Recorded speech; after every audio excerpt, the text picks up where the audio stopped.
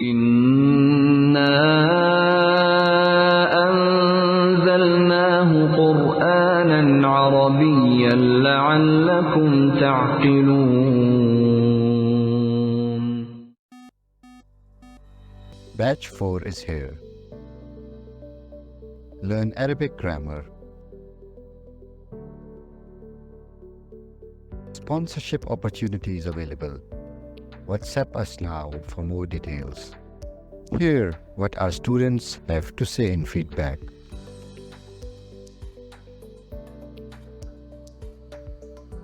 Live Zoom classes with interactive class environment, weekly assignments, and class recordings.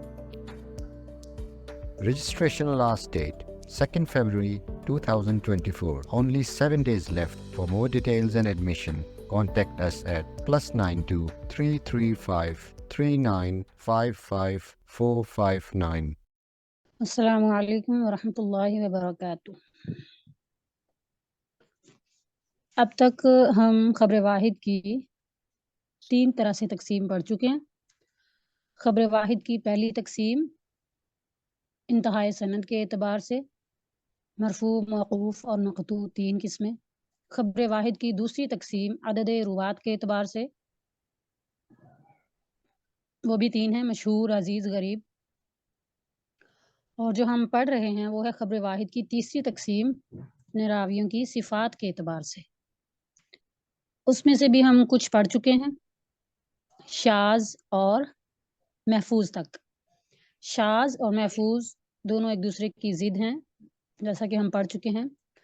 شاذ وہ حدیث ہے جس میں ایک ثقہ راوی ایک ایسی جماعت کثیرہ کی مخالفت کرتا ہو جو اس سے زیادہ ثقہ ہیں. ایسی صورت میں اس راوی کی حدیث شاذ ہے، اور جس جماعت کثیرہ کی وہ مخالفت کر رہے ہیں اس جماعت کی حدیث محفوظ ہے. اس کو مطلب اصطلاح میں محفوظ کہتے ہیں. نیکسٹ جو ہمارا نیا لیسن ہے وہ ہے منکر.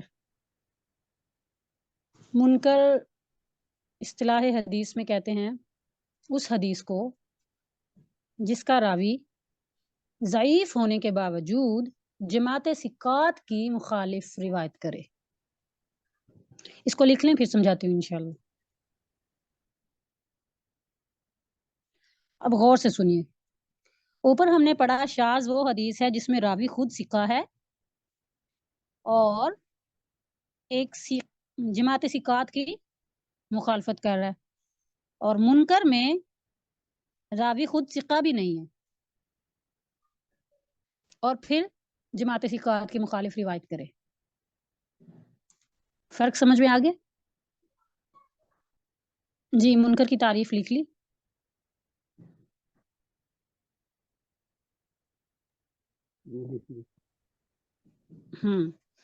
میں ریپیٹ کر رہی ہوں اسی کوئی. منکر وہ حدیث ہے جس کا راوی باوجود ضعیف ہونے کے جماعت ثقات سے مخالف روایت کرے. اب آپ میں سے کوئی بتائے کہ منکر اور شاذ میں کیا فرق ہے؟ منکر اور شاذ میں یہ فرق ہے کہ جو شاذ ہوتا ہے اس میں بھی وہ دوسرے راویوں کی مخالفت کرتا ہے لیکن وہ خود جی ہوتا ہے. اب یہ جو منکر ہے اس کے بیچ میں وہ راوی جو کر رہا ہے وہ بھی جو ہے خود سکتا نہیں ہے، وہ بھی ضعیف ہے. صحیح. شاذ اور منکر میں یہی فرق ہے کہ شاذ کا راوی جو ہے خود ثقہ ہے اور منکر کا راوی خود ضعیف ہے. دونوں میں یہ راوی اپنے سے جماعت ثقات کی مخالف روایت کرتے ہیں، یعنی زیادہ لوگ جو ثقہ ہیں ایک سے زیادہ ان کی مخالف روایت کرتے ہیں. اور ایسی مثالیں کافی پائی جاتی ہیں ذخیرہ یا حدیث میں. تو ظاہر ہے جہاں جماعت ثقات کی روایت ہے وہی معتبر ہوتی ہے.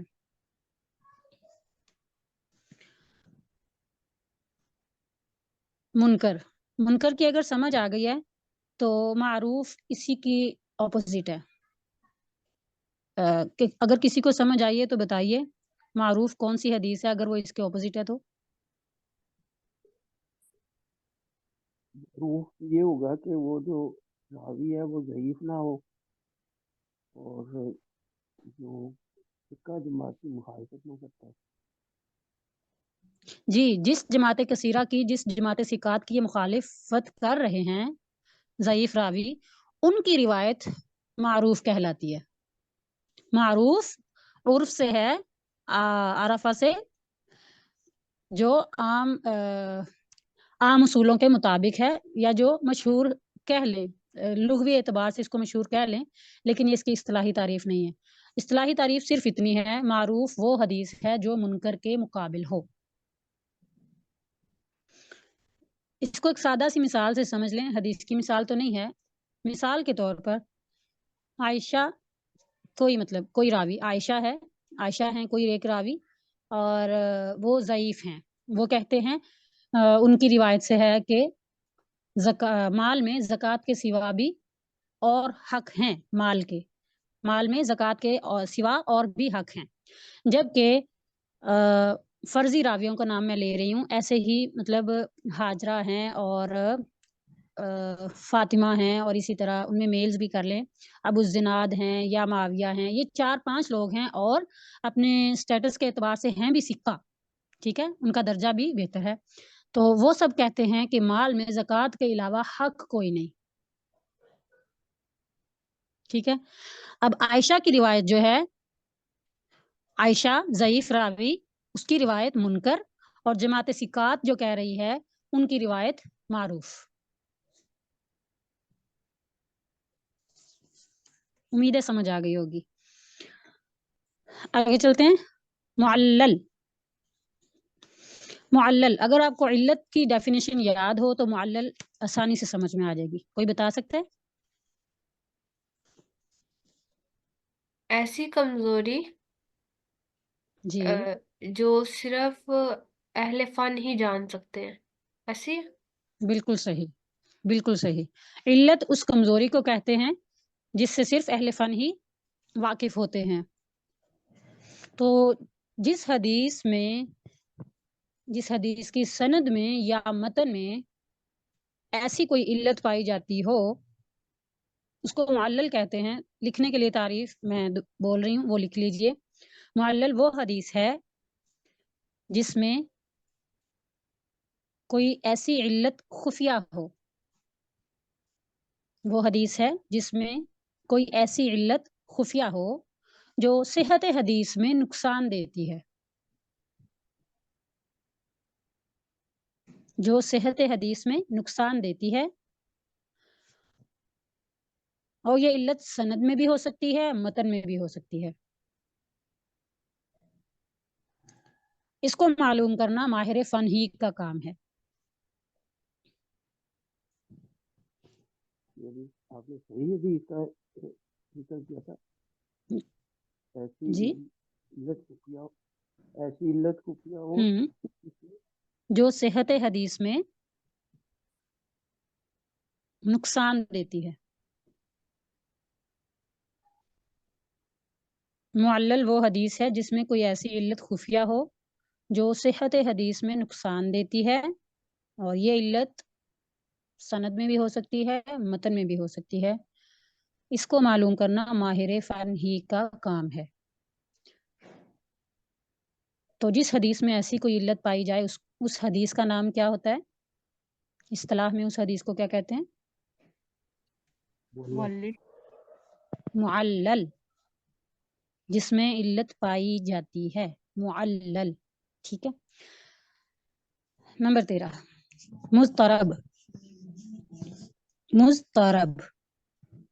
مضطرب وہ حدیث ہے جس کی سند یا متن میں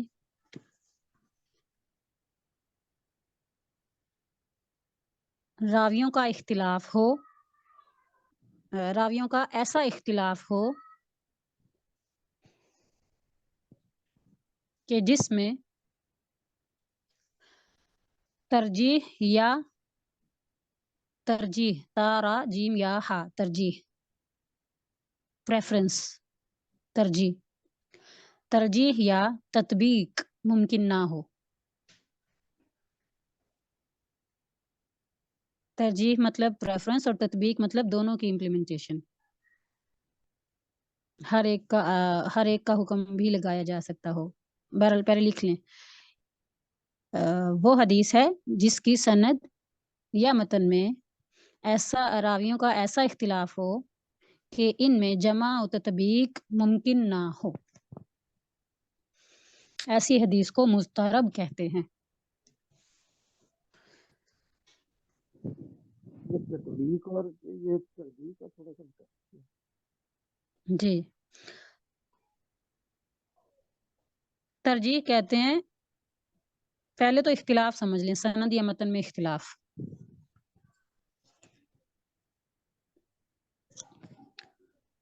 متن میں اختلاف کی مثال سمجھ لیں، اسے آپ نے لکھنا نہیں. فضالہ بن عبید کی روایت ہے مسلم میں کتاب المساقات میں. خیبر کے دن انہوں نے ایک ہار خریدا تھا.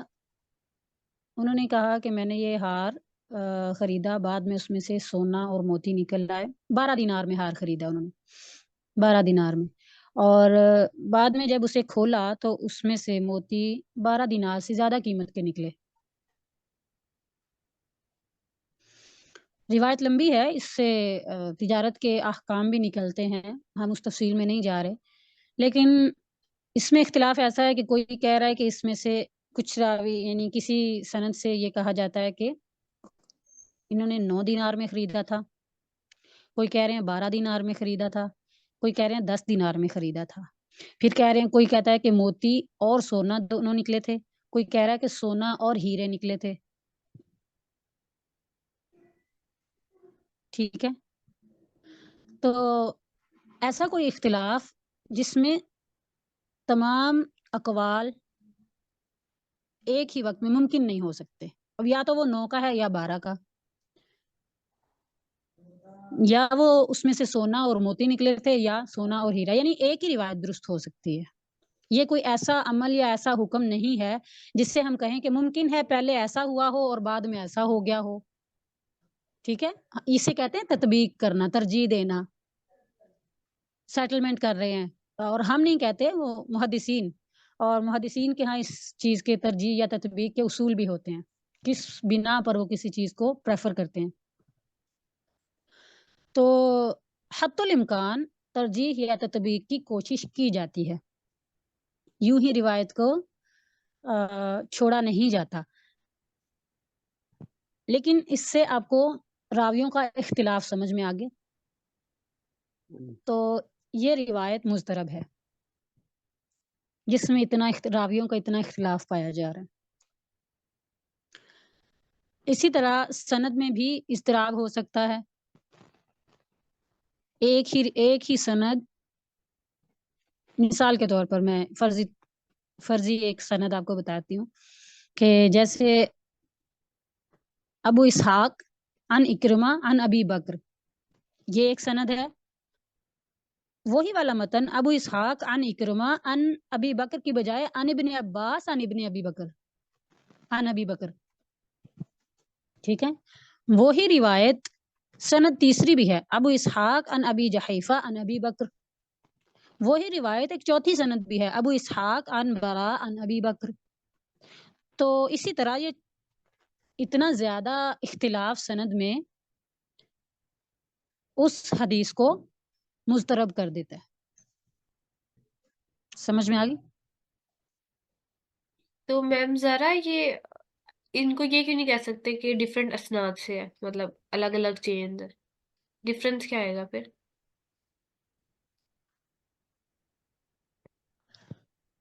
ابو اسحاق جہاں سے سند شروع ہو رہی ہے نا، ہوں یہ اگر ابو اسحاق کی جگہ کوئی اور ہوں تو پھر ہم کہتے ہیں کہ یہ دوسری سند ہے.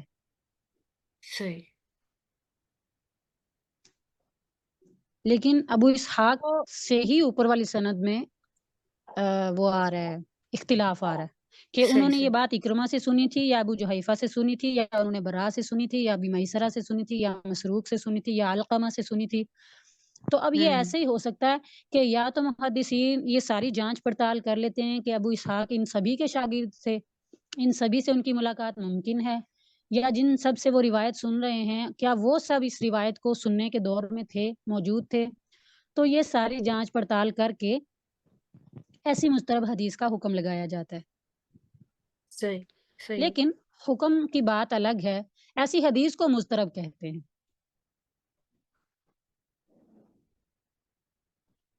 میم ذرا علت بھی پھر اس کو ہی کہتے ہیں نا، بھول جاتا ہے جو راوی. وہ جو آپ نے ایک مثال دی تھی نا، کیا یعلا بن عبید کو غلطی لگی تھی کہ اس نے عبداللہ بن دینار کی بجائے عمر ابن عمر دینار، بن دینار کہہ دیا تھا. جی وہ ایک مثال تھی سند کی، لیکن وہ متن میں بھی ہو سکتی ہے کوئی ایسی علت. اچھا، یہ اس میں ڈفرنس یہ ہے کہ یہ دونوں میں ہوگا، اس کی سند اور متن میں بھی. جی جی ٹھیک. سند اور متن میں بھی ہوگا، اور اس میں جو ہے وہ راوی کا صرف نام بدلا ہے، ایک سے دوسرا نام ہوا ہے. وہی ایک روایت کوئی 8-10 سندوں سے نہیں مروی ہوئی، یا 8-10 اساتذہ کا نام نہیں بدلا گیا، وہ ایک بھائی کی جگہ دوسرے بھائی کا نام لیا گیا، اور وہ صرف علت کی ایک مثال تھی. علت کی اور کئی مثالیں ہو سکتی ہیں، وہ ایسی بھی ہوتی ہیں جو حدیث کی صحت میں نقصان دیتی ہیں. لیکن مضطرب کا مطلب یہ ہے کہ حدیث میں زیادہ اضطراب پایا جائے، زیادہ جانچ پڑتال کی ضرورت ہے، اور اگر تو ترجیح یا تطبیق ممکن ہو، کسی کو حکم کو آگے پیچھے کر لیں یا دونوں کی امپلیمنٹیشن ممکن ہو، تب تو اس پر عمل کیا جاتا ہے. اور اگر ایسا ممکن نہ ہو تو ایسی حدیث ضعیف سمجھی جاتی ہے، کیونکہ اضطراب اس بات کی دلیل ہے کہ راوی نے حدیث کو محفوظ رکھنے میں کوتاہی کی ہوگی. ٹھیک، صحیح ہوگا. مضطرب ہو گیا، میں اس کی ڈیفینیشن ریپیٹ کر رہی ہوں. مضطرب وہ حدیث ہے جس کی سند یا متن میں ایسا اختلاف واقع ہو کہ اس میں ترجیح یا تطبیق ممکن نہ ہو. تو ایسی حدیث کو مضطرب کہتے ہیں جس کی سند یا متن میں ایسا اختلاف پایا جا رہا ہے کہ اس میں ترجیح و تطبیق ممکن نہیں ہے. نمبر 14 مقلوب. مقلوب کس حدیث کو کہتے ہیں؟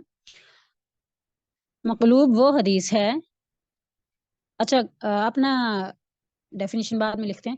مقلوب جو ہے نا وہ قاف لام با، یہ اس کا مادہ ہے، قلب اس کا مطلب ہوتا ہے پلٹنا. مقلب القلوب سنا ہوا ہے؟ یا مقلب القلوب، دلوں کو پلٹنے والے. جی، ثبت قلبی علی دینک کا. جی ثابت قلبی علی دینک. تو اس کا مطلب ہوتا ہے پلٹنا، الٹنا پلٹنا. تو اس سے آپ کو اس کی ڈیفینیشن آسانی سے سمجھ آئے گی. اب لکھ لیں، مقلوب وہ حدیث ہے جس میں بھول سے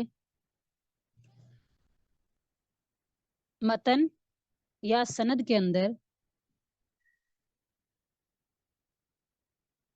تقدیم و تاخیر واقع ہو گئی ہو.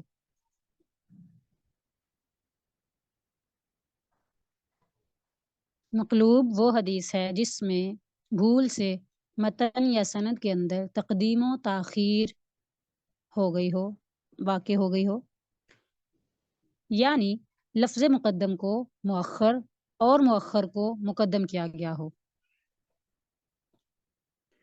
یا بھول کر ایک راوی کی جگہ دوسرا راوی رکھا گیا ہو. الٹ پلٹ سمجھ آ گئی؟ ذرا لفظ مقدم والا بتائیے. جی تقدیم و تاخیر واقع ہو گئی ہو، یعنی لفظ مقدم کو مؤخر اور مؤخر کو مقدم کر دیا گیا. مؤخر کہتے ہیں بعد میں آنے والے کو، مقدم کہتے ہیں پہلے لفظ کو، پہلے آنے والے کو. تو جو لفظ پہلے آنا تھا اس کو بعد میں ذکر کیا، بعد میں آنے والے کو پہلے ذکر کر دیا، یعنی اسکپ نہیں کیا لیکن اس کی ترتیب خراب کی. اور لفظ مقدم کو مؤخر اور مؤخر کو مقدم کیا گیا ہو، یا بھول کر ایک راوی کی جگہ دوسرا راوی رکھا گیا ہو. سمجھ میں آ گیا ہے نا یہ تو. جی مقلوب ایسی حدیث کو کہتے ہیں جس میں بھول سے متن یا سند کے اندر تقدیم و تاخیر واقع ہو گئی ہو. وہ متن میں بھی ہو سکتی ہے، سند میں بھی. سند میں ایک راوی کی جگہ دوسرے راوی کا نام ذکر کر دیا، چین وہی ہے لیکن آگے پیچھے کر دیا. اور اسی طرح متن میں لفظوں کو آگے پیچھے کر دیا، ان کی ترتیب کو. یہ مقلوب حدیث ہے. مصحف نمبر 15. مصحف نمبر 15. مصحف. مصحف وہ حدیث ہے، مصحف وہ حدیث ہے جس میں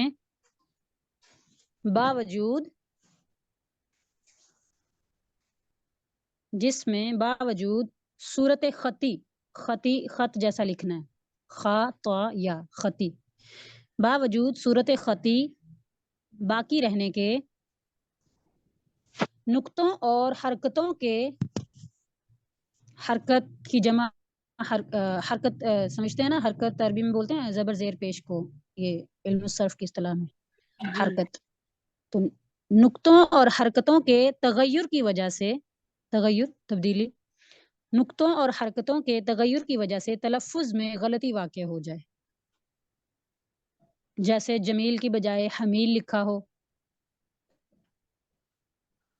سالم کی بجائے سلم لکھا ہو، معروف سیغے کے بجائے مجہول اس کے حرکات ایسی لگائی ہوں کہ وہ مجہول لکھ دیا گیا ہو، یا کسی کے نقطے ختم کر دیے گئے ہوں، یا نقطے آگے پیچھے کر دیے ہوں، تا کے بجائے سا کے نقطے. یہ میں سمجھانے کے لیے بتا رہی ہوں. تو نقطوں اور حرکتوں کے تغیر کی وجہ سے تلفظ میں غلطی واقع ہو جائے، ایسی حدیث کو مصحف کہتے ہیں. جی اگر ہو گیا ہو تو بتائیے.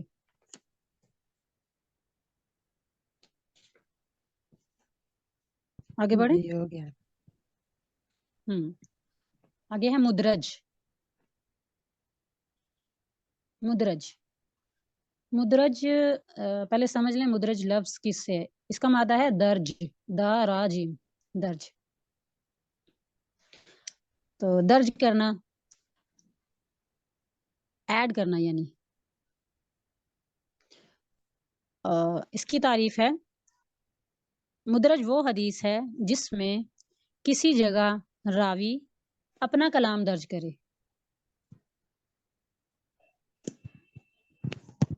مدرج وہ حدیث ہے جس میں کسی جگہ راوی اپنا کلام درج کر دے.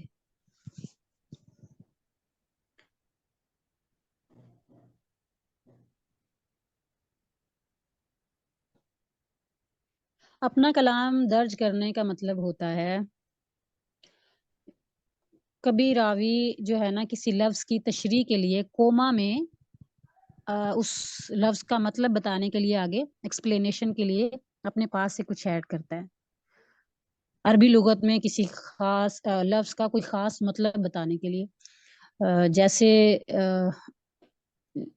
ایک مثال ہے کہ حاشیہ جو ہوتا ہے وہ نہیں، حاشیہ نہیں ہے، یہ متن کے اندر ہی ہوتا ہے، اسی لیے اس کو مدرج کہتے ہیں، کیونکہ یہ انہوں نے اپنا کلام حدیث میں درج کیا ہوتا ہے، اسی روایت میں درج کیا ہوتا ہے. اور زہری کی حضرت عائشہ رضی اللہ تعالیٰ عنہ سے روایت ہے کہ کان النبی صلی اللہ علیہ وسلم یتحنس فی حراء وہو التعبد. اب یہ جو انہوں نے واہو والتعبد کہا ہے، یہ انہوں نے یتحنس کی تشریح بتائی ہے کہ یتحنس کا مطلب کیا ہے. وہ حراء میں کیا کرتے تھے؟ تعبد. عربی میں اس کی لغت بتائی ہے، هو التعبد، یہ زہری کا ادراج ہے، تحنس کی تشریح کی انہوں نے. اسی طرح کبھی ہوتا یہ ہے کہ راوی جو ہے، یہ سب لکھنے کے لیے نہیں، سن لیں، اتنا تیز لکھیں گے کیسے آپ. کبھی راوی جو ہے نا حدیث بتا کر اس سے نکلنے والا مسئلہ جو ہے، حکم جو ہے، وہ بیان کرتا ہے آخر میں، اسے بھی اپنا کلام درج کرنا کہہ سکتے ہیں، اسے بھی ہم ادراج کہہ سکتے ہیں. ایک روایت ہے حضرت ابو ہریرہ سے، نبی صلی اللہ علیہ وسلم سے مرفوعاً روایت کرتے ہیں کہ اسبغ الوضوء ویل للأعقاب من النار. وضو پورا کیا کرو، چھوٹے ہوئے حصوں پر جہنم کی ہلاکت ہے. میں اس کا لفظی ترجمہ نہیں کر رہی, مطلب اس کے لیے ہلاکت ہے یا وہ بتائی گئی, اس پر وعید بتائی گئی ہے. جی, اسبغ الوضو ویل للاعقاب من النار, یہ ابو ہریرہ رضی اللہ تعالیٰ عنہ سے روایت ہے. اس میں تحقیق کرنے والوں کا خیال ہے کہ اسبغ الوضو جو ہے وہ حضرت ابو ہریرہ کا ادراج ہے, کیونکہ بخاری میں یہ روایت اس طرح آئی ہے, عن ابی ہریرہ قال اسبغ الوضو فإن ابا القاسم صلی اللہ علیہ وسلم قال ویل للاعقاب من النار. حضرت ابو ہریرہ نے فرمایا کہ وضو پورا کیا کرو, کیونکہ ابو القاسم صلی اللہ علیہ وسلم نے فرمایا ہے ویل للاعقاب من النار, وضو کے اعضاء میں سے جو اعضاء رہ جائیں ان کے لیے وعید سنائی, سزا سنائی ہے, تو وضو پورا کیا کرو. بات یوں اس طرح ہوئی ہے. اب اس میں جو مرفوع روایت ہے وہ صرف اتنی ہے, ویل للاعقاب من النار, اور اسبغ الوضو یہ حضرت ابو ہریرہ رضی اللہ تعالیٰ عنہ کا ادراج ہے. تو انہوں نے اس حدیث سے نکلنے والا مسئلہ یعنی اسبغ الوضو والا, وضو مکمل کیا کرو, وہ انہوں نے ایڈ کر دیا.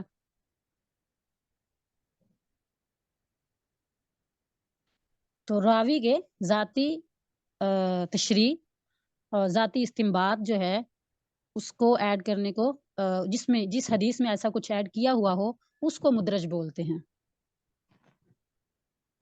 یعنی اس میں وضو پورا کیا کرو جو ہے وہ مدرج ہوگا. جی, یہ سمجھ میں آ گیا, ہو گیا یہ. اگر آپ لوگوں نے نوٹس بنائے ہوئے ہیں تو یہ خبر واحد کی تیسری تقسیم اپنی راویوں کی صفات کے اعتبار سے اس کی 16 اقسام ہم نے پڑھی ہیں. میں ان کی ڈیفینیشنز بالکل مختصر پڑھتی ہوں, اس کو ٹیلی کر لیجئے کیونکہ میں نے ابھی تک کسی کا بھی لکھا ہوا دیکھا نہیں ہے. صحیح لذاتی ہی نمبر 1 ہے وہ حدیث جس کے اگر لفظوں کا تھوڑا بہت ہیر پھیر ہے اور مطلب سیم ہے تو پریشان نہ ہوئیے گا. صحیح لذاتی ہی وہ حدیث ہے جس کے کل راوی عادل کامل الضبط ہوں اور اس کی سند متصل ہو, معلل اور شاذ ہونے سے محفوظ ہو. صحیح لذاتی ہی. صحیح لغیرہ ہی اس حدیث حسن لذاتی ہی کو کہا جاتا ہے جس کی سندیں متعدد ہوں. حسن لذاتی ہی وہ حدیث ہے جس کے راوی میں صرف ضبط ناقص ہو, باقی سب شرائط صحیح لذاتی ہی کی اس میں موجود ہوں. حسن لغیرہ ہی اس حدیث ضعیف کو کہا جاتا ہے جس کی سندیں متعدد ہوں. ضعیف وہ حدیث ہے جس کے راوی میں حدیث صحیح و حسن کے شرائط نہ پائے جائیں. موضوع وہ حدیث ہے جس کے راوی پر حدیث نبوی میں جھوٹ بولنے کا طعن موجود ہو. جس کے راوی پر حدیث نبوی میں جھوٹ بولنے کا طعن موجود ہو. متروک وہ حدیث ہے جس کا راوی متہم بالکذب ہو. متہم بالکذب ہو یعنی عام جھوٹ بولنے کی تہمت موجود ہو. اگر ایسا کچھ لکھا ہے تو صحیح لکھا ہے. متہم بالکذب ہو یا وہ روایت قواعد معلومہ فی الدین کے مخالف ہو. یا وہ روایت قواعد معلومہ فی الدین کے مخالف ہو, ایسی روایت متروک ہے. شاذ وہ حدیث ہے جس کا راوی خود ثقہ ہو مگر ایک ایسی جماعت کثیرہ کی مخالفت کرتا ہو جو اس سے زیادہ ثقہ ہیں. محفوظ وہ ہے جو شاذ کے مقابل ہو. منکر وہ حدیث ہے جس کا راوی باوجود ضعیف ہونے کے جماعت ثقات کے مخالف روایت کرے. معروف وہ حدیث ہے جو منکر کے مقابل ہو. معلل وہ حدیث ہے جس میں کوئی ایسی علت خفیہ ہو جو صحت حدیث میں نقصان دیتی ہے. اس کو معلوم کرنا ماہر فن ہی کا کام ہے. مضطرب وہ حدیث ہے جس کی سند یا متن میں ایسا اختلاف واقع ہو, راویوں کا ایسا اختلاف ہو کہ ان میں جمع و تطبیق ممکن نہ ہو. مقلوب وہ حدیث ہے جس میں بھول سے متن یا سند کے اندر تقدیم و تاخیر واقع ہو گئی ہو, یعنی لفظ مقدم کو مؤخر اور مؤخر کو مقدم کیا گیا ہو یا بھول کر ایک راوی کی جگہ دوسرا راوی رکھا گیا ہو. مصحف وہ حدیث ہے جس میں باوجود صورت خطی باقی رہنے کے نقطوں اور حرکتوں کے تغیر کی وجہ سے تلفظ میں غلطی واقع ہو جائے. مدرج وہ حدیث ہے جس میں کسی جگہ راوی اپنا کلام درج کرے. خبر واحد کی چوتھی تقسیم. سکوت و عدم سقوط راوی کے اعتبار سے. سکوت کہتے ہیں گرنے کو، اسکپ ہونے کو.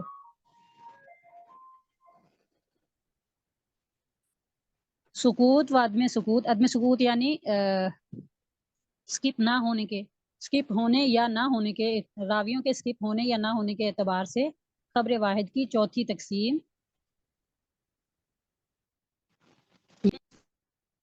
میں بات صرف سند کی ہوگی. راویوں کے سکوت و عدم سکوت کے اعتبار سے خبر واحد کی چوتھی تقسیم. نمبر 1 متصل.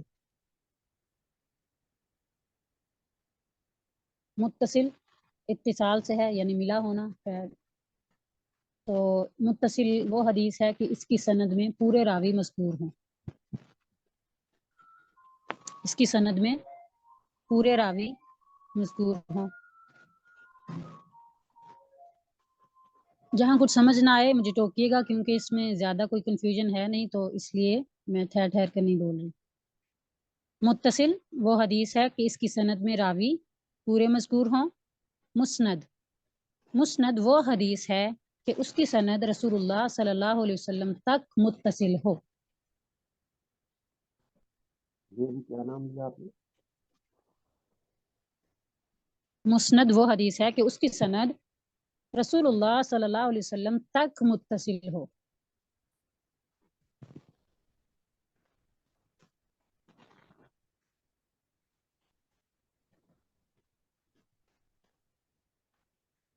یعنی ایسی خاص سند ہے کہ جس میں سارے راوی پورے بھی ہیں اور وہ مرفوع بھی ہے.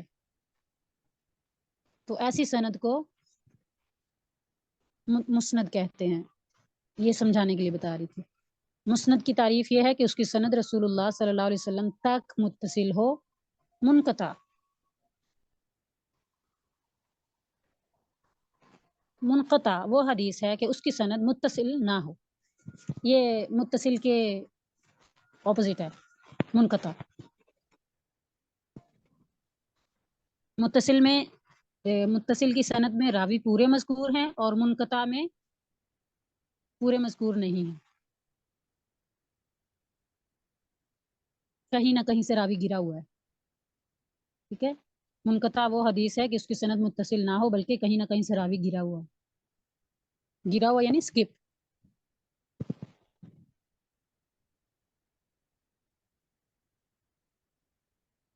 معلق وہ حدیث ہے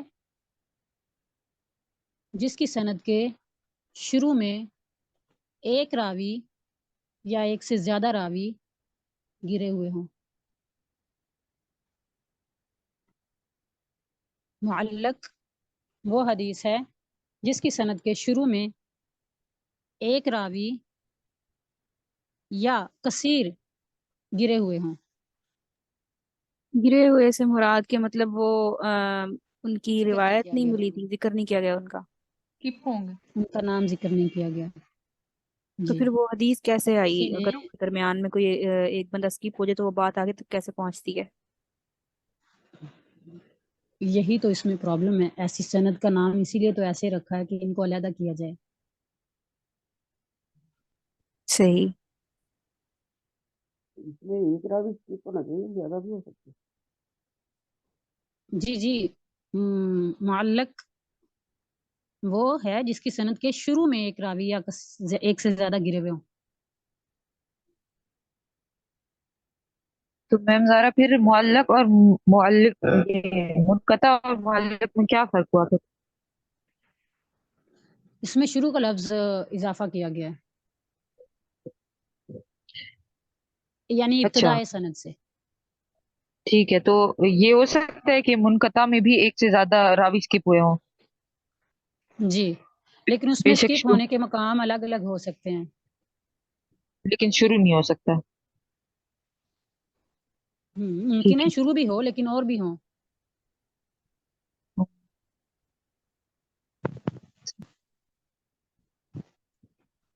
تو جس کے ابتدائی سند سے ایک یا چند یا زیادہ راویوں کے نام حذف کر دیے گئے ہیں، ذکر نہیں کیے گئے، ایسی حدیث، یہ حدیث معلق ہے۔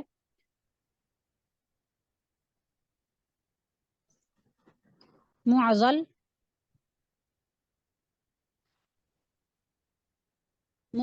وہ حدیث ہے جس کی سند کے درمیان میں سے ایک یا زیادہ راوی حذف کر دیے گئے ہوں۔ حذف وہ گرے ہوئے کی جگہ ہی میں نے ریپلیس کیا، جس کی سند کے درمیان میں سے کوئی راوی گرا ہو یا ایک سے زیادہ ہو، کوئی ایک یا ایک سے زیادہ درمیان میں سے گرے ہوئے ہوں۔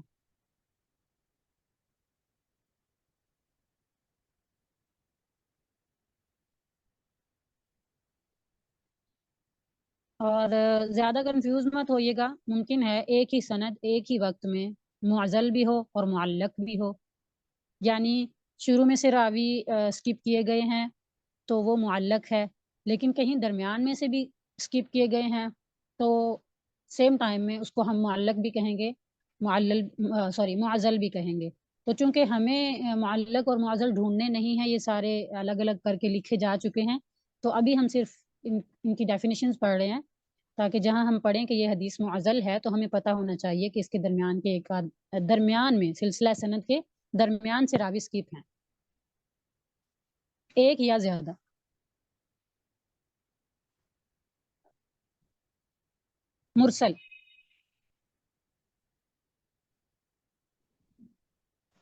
مرسل وہ حدیث ہے جس کی سند کے آخر سے کوئی راوی گرا ہوا ہو۔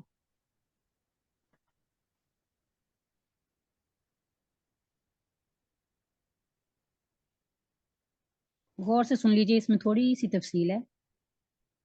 مرسل وہ حدیث ہے جس کی سند کے آخر سے کوئی راوی گرا ہوا ہو۔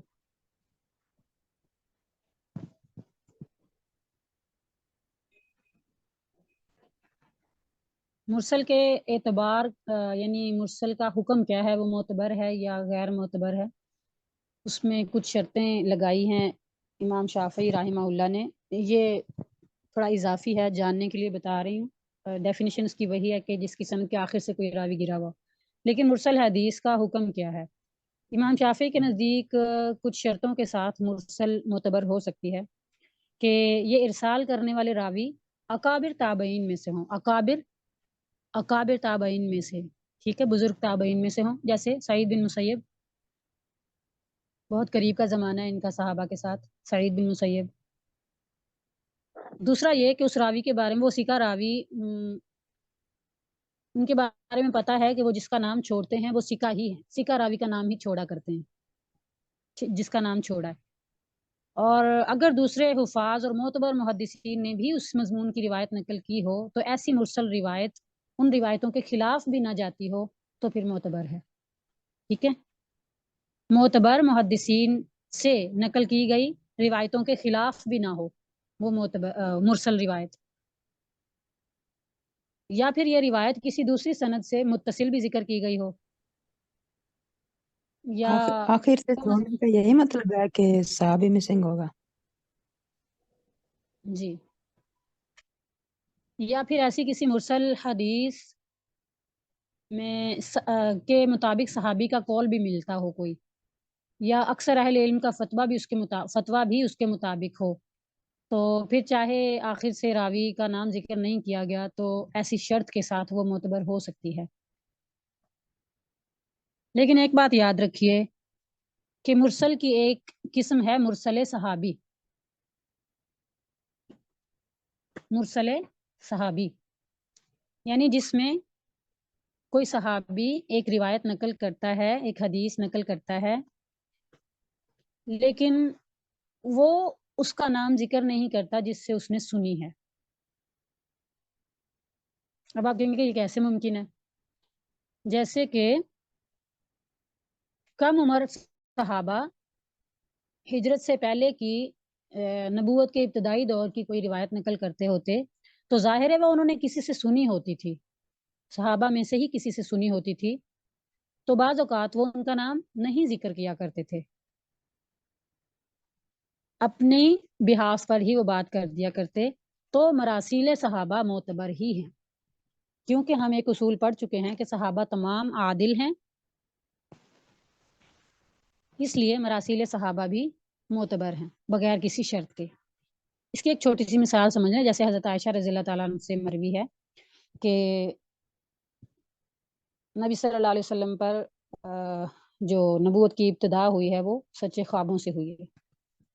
متن اس کا یہ ہے، اول ما بدأ به رسول اللہ صلی اللہ علیہ وسلم من الوحی الرؤیا الصالحہ، رؤیا صالحہ سے وحی کی ابتدا ہوئی ہے۔ اب جس دور میں وحی کی ابتدا ہوئی ہے، حضرت عائشہ تو پیدا بھی نہیں ہوئی تھی، ظاہر ہے آپ وحی کے آغاز کا واقعہ انہوں نے سنا ہے کسی سے، لیکن انہوں نے نام نہیں لیا کسی کا، بس یہ حضرت عائشہ سے ہی روایت ہے کہ وحی کی ابتدا رؤیا صالحہ سے ہوئی۔ تو اس پر اتفاق ہے کہ صحابہ کی تمام مراسیل جو ہیں یعنی مرسل روایات معتبر ہیں اور حجت ہیں۔ مرسل وہ حدیث ہے جس میں آخر سے راوی گرا ہو، یعنی تابعی نے کسی واسطے کا ذکر کیے بغیر رسول اللہ صلی اللہ علیہ وسلم سے نقل کر دیا ہو۔ میم ذرا اگر مرسل حدیث کا متن جو ہے وہ متصل حدیث سے مل رہا ہو تو پھر اس کو صحیح کہیں گے؟ جی، یہ مرسل کے معتبر ہونے کے لیے شرط ہے۔ اصلاً مرسل ضعیف ہوتی ہے، اصلاً مرسل ضعیف ہوتی ہے، لیکن چند شرطوں کے ساتھ وہ معتبر ہو جاتی ہے۔ اگر اس میں سے کوئی ایک شرط پائی جائے کہ وہ سند متصل سے بھی ہے، کسی اور سند متصل سے بھی نقل کی ہوئی ہے، یا اس کے مطابق کسی صحابی کا عمل بھی نقل کیا گیا ہے، قول نقل کیا گیا ہے، یا پھر وہ سکہ راوی کا ہی نام چھوڑا کرتے ہیں، ایسی کچھ شرائط کے ساتھ مرسل معتبر ہو جاتی ہے۔ آخری ہے مدلس۔ تدلیس کہتے ہیں چھپانے کو، تدلیس سے ہے مدلس۔ مدلس وہ حدیث ہے جس کے راوی کی یہ عادت ہو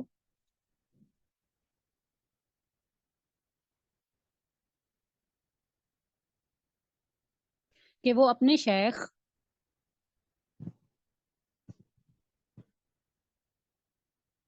یا شیخ کے شیخ کا نام چھپا لیتا ہو۔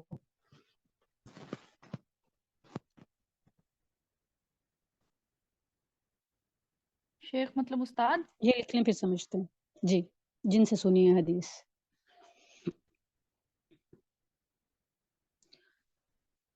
مدلس وہ حدیث ہے جس کی راوی کی یہ عادت ہو کہ وہ اپنے شیخ یا شیخ کے شیخ کا نام چھپا لیتا ہو۔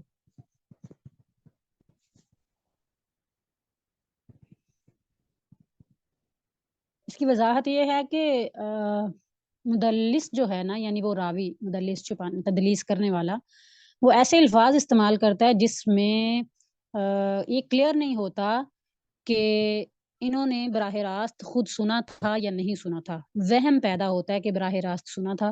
اس کے لیے کچھ خاص الفاظ استعمال کیے جاتے ہیں، ان عین نون ان والا، ان کا اور انا کا، ایسے الفاظ استعمال کیے جاتے ہیں جن سے وہم پیدا ہوتا ہے کہ انہوں نے براہ راست سنا ہوگا، لیکن سننے کے لیے جو کلیئر الفاظ صراحتاً سننے کے لیے جو الفاظ استعمال کیے جاتے ہیں وہ نہیں ذکر کرتے، تو وہ تدلیس کرتے ہیں۔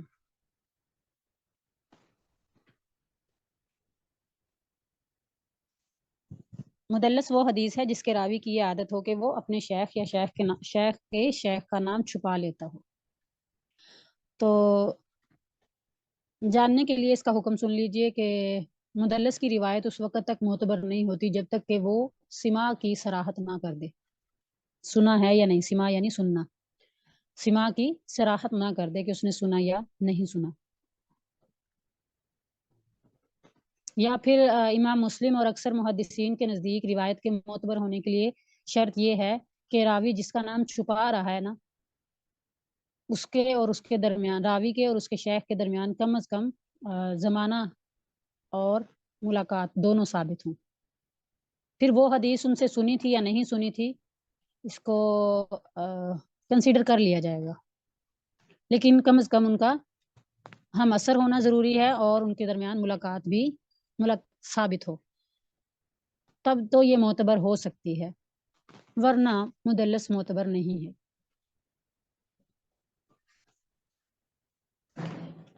سند کے اعتبار سے جو ابھی ہم نے سکوت اور عدم سکوت راوی کے اعتبار سے پڑھی ہیں 7 قسمیں: متصل، مسند، منقطع، معلق، معضل، مرسل اور مدلس۔ ان میں سے متصل اور مسند کے علاوہ باقی 5 غیر معتبر ہیں۔ مرسل اور مدلس کے معتبر ہونے کی شرائط ہم نے پڑھ لی ہیں کہ وہ کچھ کنڈیشنز کے ساتھ معتبر ہو جاتی ہیں، مرسل اور مدلس آخری 2۔ لیکن منقطع، معلق اور معضل جن کی سند ملی ہوئی نہیں ہے اور راویوں کا نام نہیں ذکر کیا گیا، ایک سے زیادہ راوی اسکپ کیے گئے ہیں، یہ غیر معتبر ہیں یہ حدیث۔